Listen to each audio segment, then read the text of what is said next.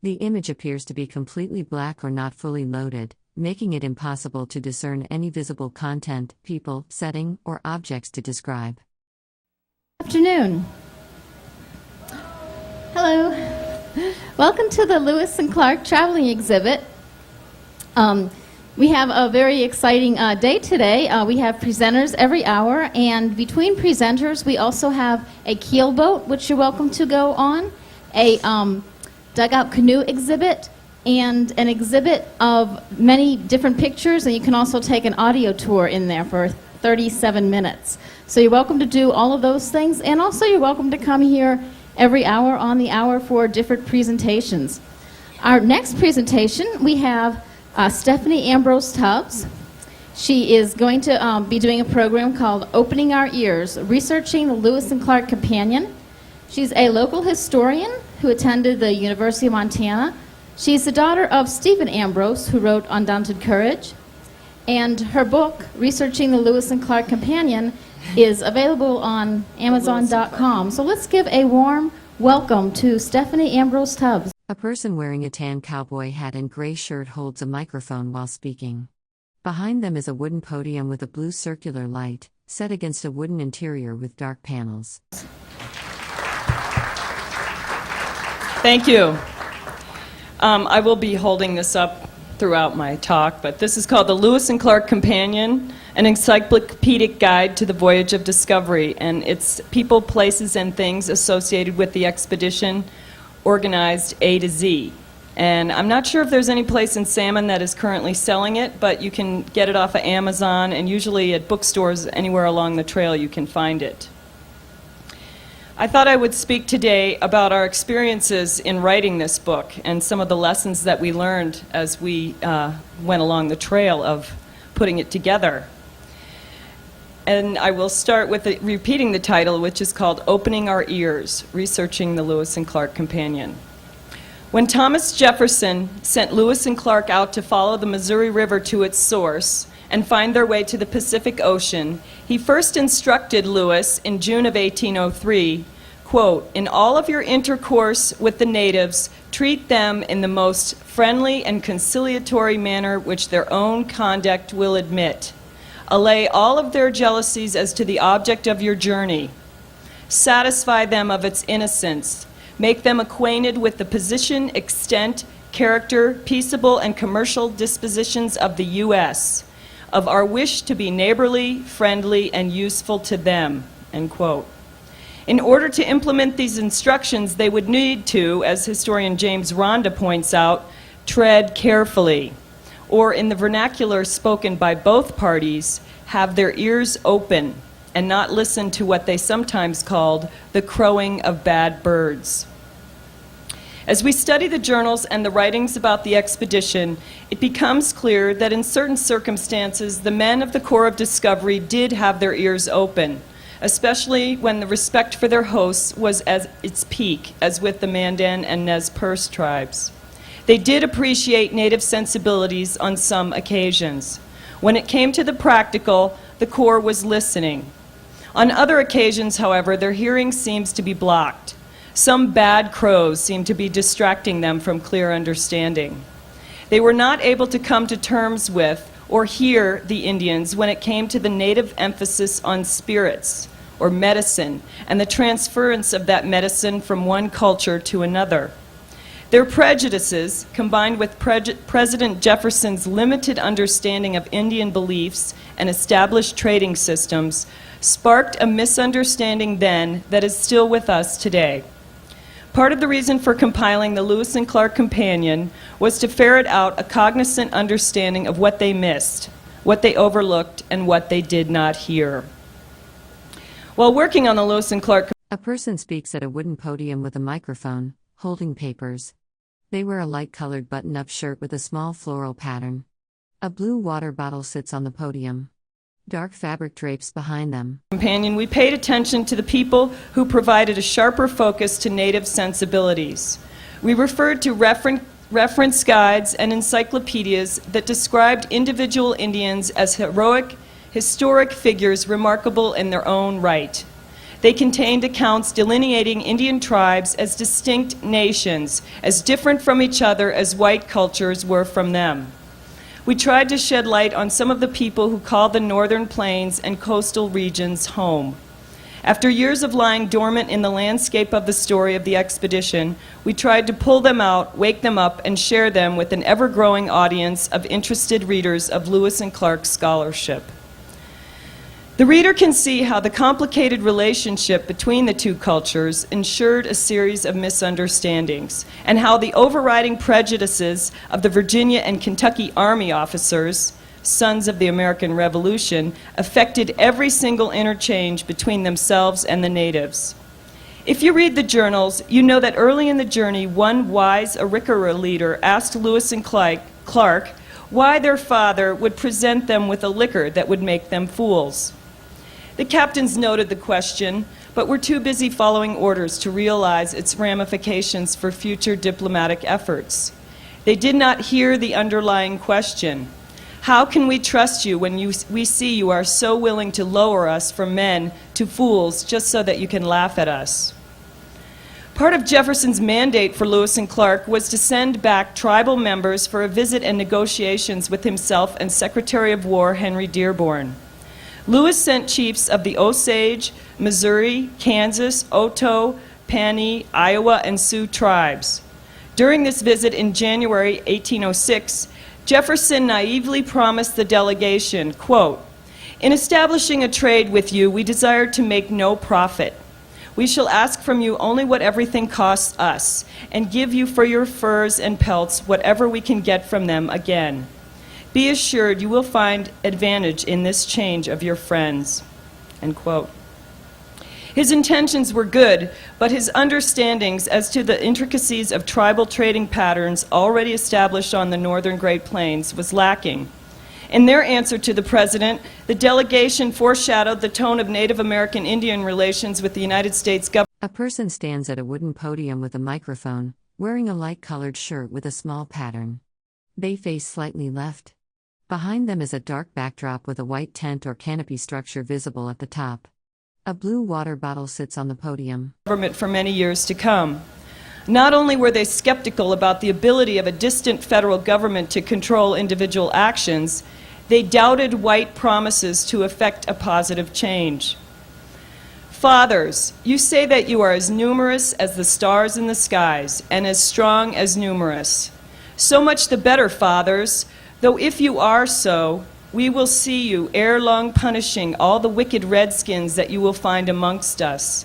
And you may tell your white children on our lands to follow our orders, your orders, and to not do as they please, for they do not keep your word. Our brothers who came here before told us you had ordered good things to be done and sent to our villages, but we have seen nothing, and your waged men think that the truth will not reach your ears. But we are conscious that we must speak the truth.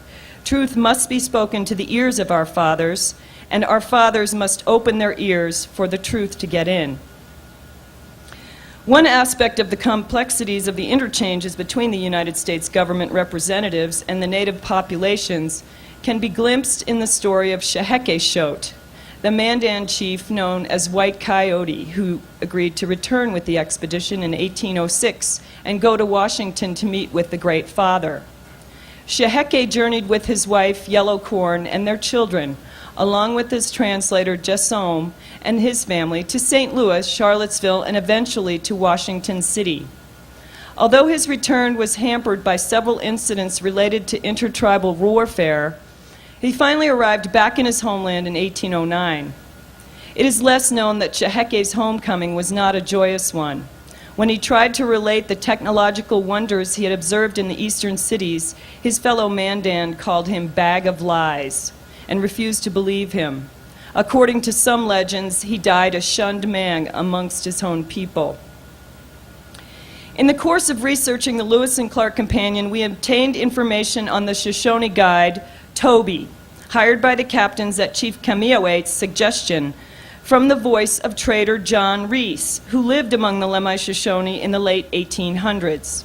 According to Reese, Toby's name translated to "furnishes white man with brains." But his real name was Swooping Eagle because of his reputation as a fierce fighter. Sacagawea, or Sacagawea's brother's name, Kamiawait, translates to not inclined to go, or he who never walks, although his real name was Fires the Black Gun.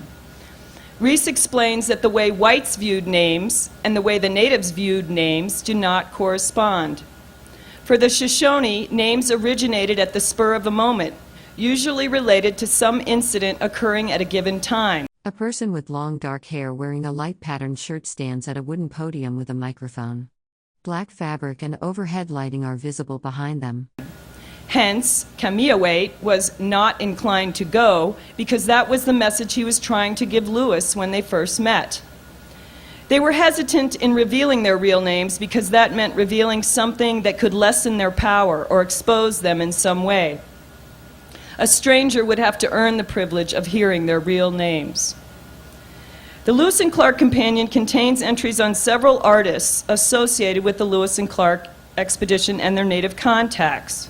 In a long list of characters, some men stand out, such as George Catlin.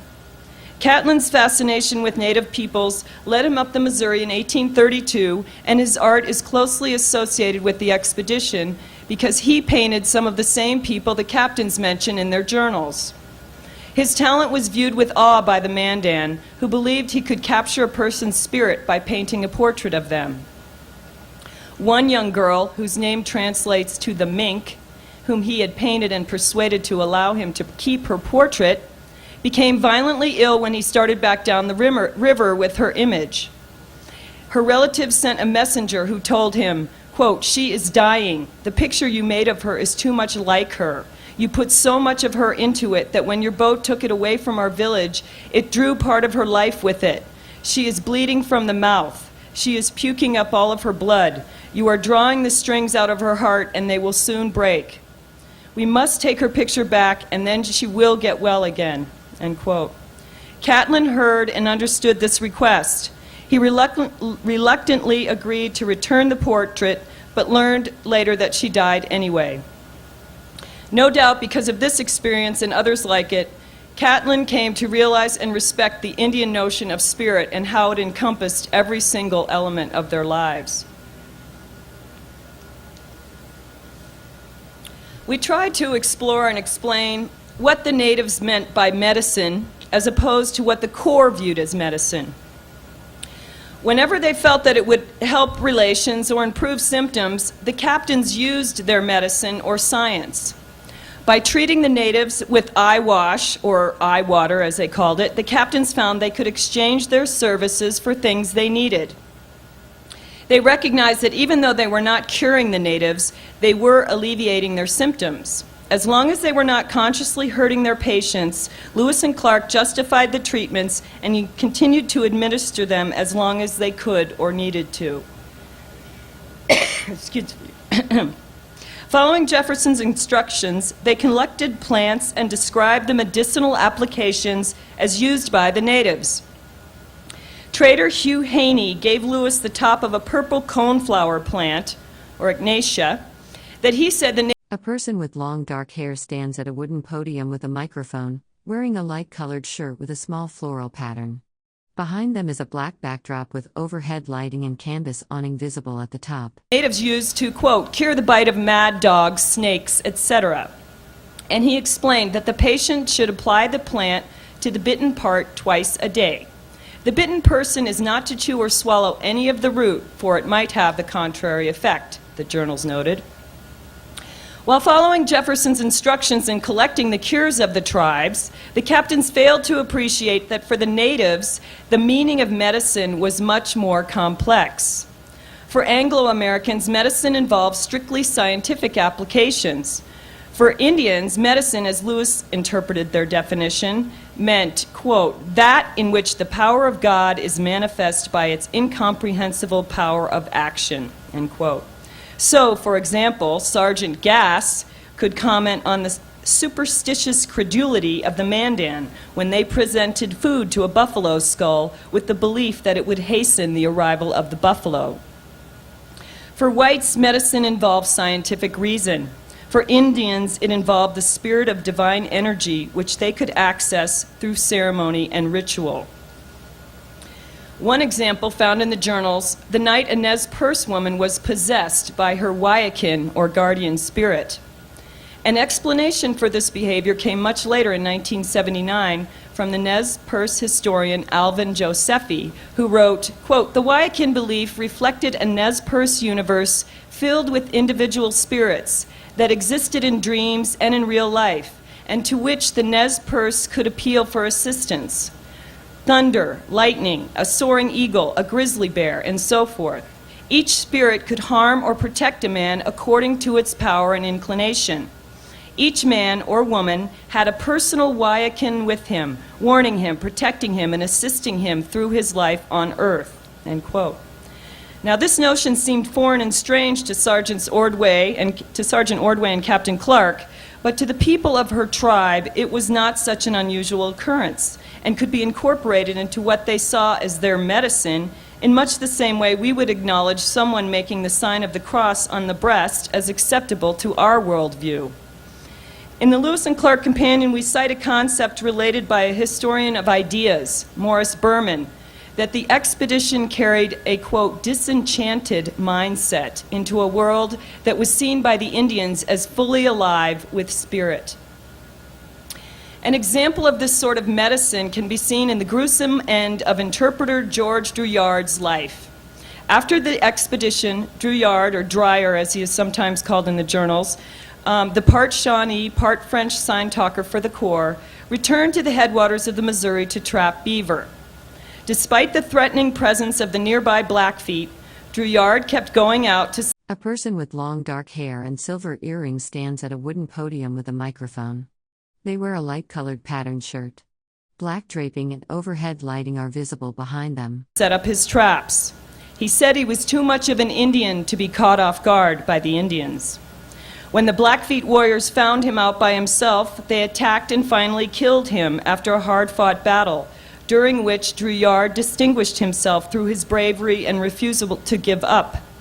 The warriors then decided to eat him, according to contemporary Alexander Henry, parts raw and parts boiled, probably so that they could capture some of his spirit, bravery, and medicine for themselves. Now, along with sharing forms of entertainment like music, dancing, and playing games, sharing food was another important way of exchanging and of listening to each other. The Corps learned that how the natives gathered wild roots like the coos, or cow's root, camas, and wapato, and they tasted them and ate traditional native foods like the bitterroot, breadroot, yushilon, Jerusalem artichokes, ground beans, pemmican, and they all, except for Clark, acquired a taste for dog. The Corps discovered that while some tribes raised dogs for meat, others, like the Shoshone, for example, refused to eat dog meat because of its similarity to one of their holy creatures, the coyote. They also learned that to some tribes, the idea of eating horse flesh was repulsive. Lewis appreciated the yushilon, or anchovy fish, as prepared by the Indians. Quote, "I find them best when cooked Indian style, which is by roasting a number of them together on a wooden spit without any previous preparation whatsoever. They are so fat they require no additional sauce, and I think them superior to any fish I ever tasted, even more delicate and luscious than the white fish of the lakes, which heretofore formed my standard of excellence among fishes. I have heard the fresh anchovy much extolled, but I hope I shall be pardoned for believing this quite as good." End quote. He wrote that on February 24th, 1806. Now, regarding shelter, Lewis came to enjoy sleeping on buffalo robes so much that when he returned to civilization, he could not sleep in a bed. He preferred to lie on his robes on the ground. During the expedition, the captains shared what they called the leather lodge, or teepee, of Charbonneau, Sacagawea, and their child when they were on the river, and they continued to use it until May of 1806, when it wore out. When he was paid, Charbonneau received extra pay for his lodge, as it had been put to public use. It's hard to imagine the United States government paying rent on a teepee. One of the lesser-known discoveries or lessons of the expedition was the wide variety of shelter used among the different tribes. During their travels, they came across earth lodges, mat houses, shelters made from rushes, cedar plank. A person with long dark hair wearing a light-colored speckled shirt stands at a wooden podium with a microphone. The setting appears to be indoors with a black backdrop and overhead lighting. Houses, among others. The Corps adapted native styles of clothing to suit their needs. They took to moccasin making, fashioning 358 pair during their winter at Fort Clatsop. And you can just imagine, they counted every single pair as they were making them. Lewis and Clark both admired the coastal sea otter robe. They asked Sacagawea to give up her blue bead belt so that they could purchase one. They also favored the conical hats worn by the Clatsop Indians and measured their heads and ordered one for each member of the party during that rainy winter on the Pacific coast. Excuse me. Lewis took such pride in the tippet given to him by Cameahwait that in 1807 he posed wearing it in a painting by Saint Memmen. And that's kind of the famous painting of Lewis holding his rifle. He's kind of got his hand on his hips. He looks a little bit femme in that picture, but he loved it. Lewis also recognized, the journals note traditional items of trade such as blue beads, dentalium, ermine tails, euchalon oil, sea otter, and other pelts. Lewis also recognized the superior craftsmanship of the bows made by the natives from the bighorn sheep horns, and the market potential in combs made from these horns. Quote, I have no doubt, but it would be elegant and useful hair combs, and might probably answer as many valuable purposes to civilized man as it does to the savages, who form their water cups, spoons, and platters of it. Notice Lewis's language here.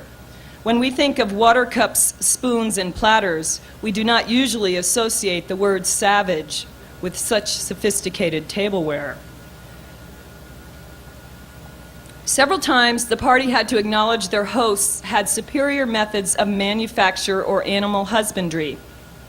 For example, the captains admitted the Nez Perce method of gelding horses was superior to their own in that the wounds healed quicker and tended not to bleed as much.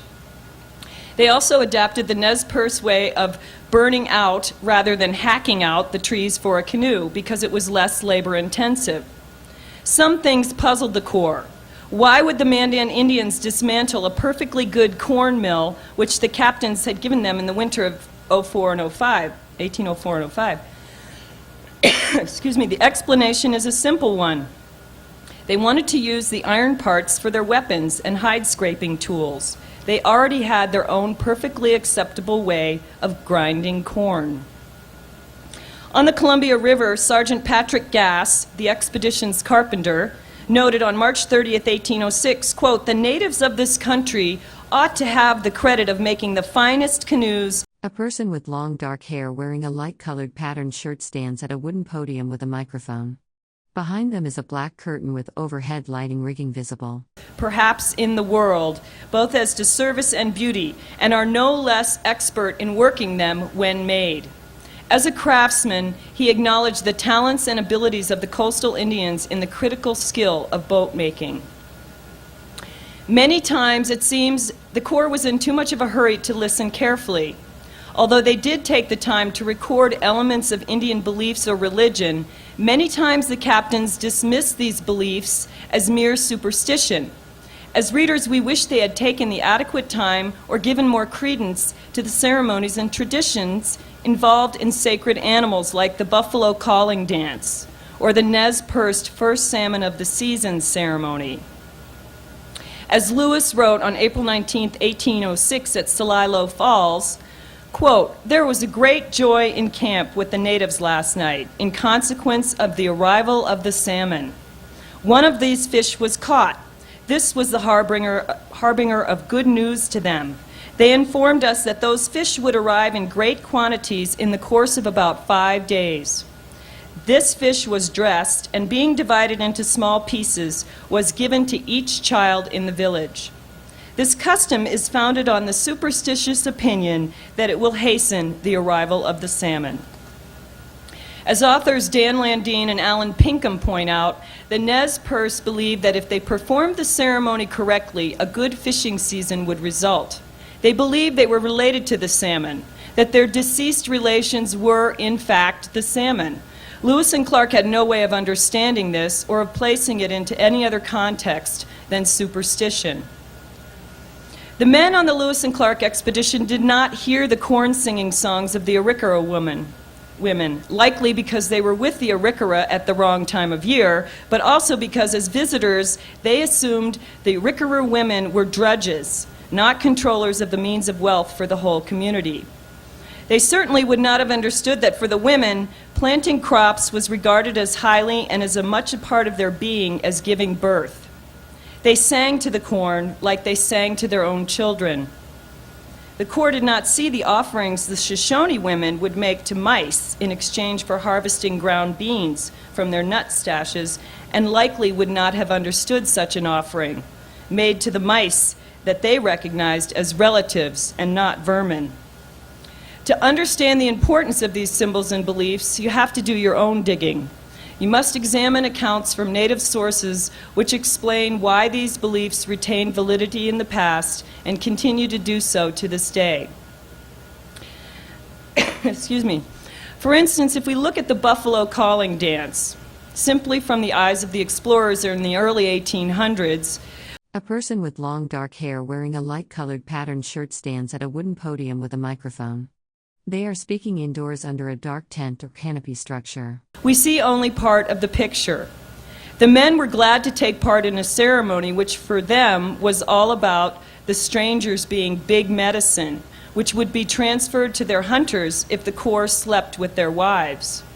Granted, if you read the journals and look at Catlin's paintings of these strange dances, it is an intriguing part, but it remains only one ingredient to the overall meal.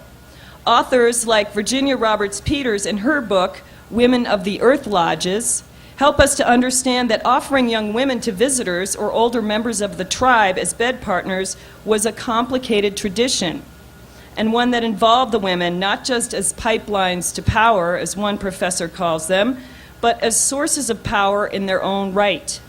Some see the buffalo calling dance as a transmittal ceremony, where for many of the women it meant a step up in status amongst their clans, and one in which they themselves played a crucial and active part.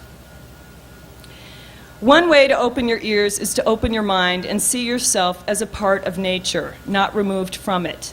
When the tribes acknowledged that connection through the buffalo calling dance or the first salmon ceremony, the Euro-Americans did not understand that connection. They always viewed themselves as apart from nature, separate, or even above nature. Indigenous peoples tended to see their place in the world as of the same value as the tiniest creature. Part of the fun of doing this book has been the friendships and acquaintances struck up along the way. Excuse me. One such friendship I feel lucky to have made is with Amy Mossett of the 3 affiliated tribes. She helped me to understand things I probably would have never considered except for her insight. For example, she recently spoke at a conference about the damage done to her culture by the building of the Garrison Dam in 1953. The dam caused the further disintegration of her people because it separated so many of them from each other. In speaking with her later, she told me of a centuries-old prophecy that said that when the Missouri River flowed backwards, it signaled the end of the world. If you think about it, in many ways this is true. The river meant life to these peoples. It was the center of their creation stories, not just a means of transportation or a way of getting to the other side. Amy and the rest of the tribes along the river are not surrendering, however. They are more determined than ever to proceed on and to tell the stories of their ancestors' encounter with the expedition and white culture to anyone who will listen. I think we have finally gotten to a place where our ears are open, or at least they are semi-unplugged, and we are not as much distracted by the crowing of bad birds. We are at a point in our history where we can see the connectedness of man and nature. We know the impact. A person with long dark hair stands at a wooden podium with a microphone, wearing a light-colored patterned shirt. A black backdrop and overhead lighting are visible behind them. Man makes on his environment. The story of Lewis and Clark and the people they encountered becomes much more richer and more enlightening if we remember there is more than one way of telling and of hearing a story. Thank you.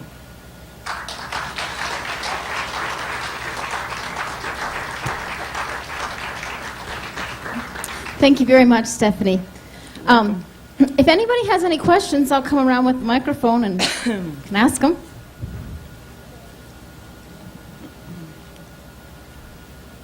I understand you enjoy the West better than the East. Yes, I do. I live in Helena, Montana, so I guess that proves that point. Yes, I do. We miss you in the office, but anyhow, are you accepting the changes on Lemhi Pass? You know, I can't say that I am. It breaks my heart to think that there's going to be that I guess there is a paved road up there now. I haven't been up there in probably 15 years. My father made the mistake of telling people that we would spend every 4th of July up there. So one year we actually got a call from some people saying, "We're here, where are you?" You know, and so we did do that a lot more in my younger days, I guess you would say, is go up there every 4th of July. But now we've broadened our horizons and we do other sites on the 4th of July. But those memories that that he writes about in the book of us having a celebration up there still are very precious to me. So that's part of the reason I can't, you know, it's hard for me to go back up there, but I will be headed that way soon. And you know, I just hope that the people who live around there make sure that it's well taken care of and that we don't have people taking, you know, rocks out of there and picking up pieces of leftover whatever other than trash. I would like them to pick up the trash, but I would just say leave the rest of it and take only pictures when you go up there. But I'm sure you already know that. So, any other questions? Well, thank you very much for coming out on this hot and smoky day, and I look forward to meeting you all somewhere along the trail. Thank you.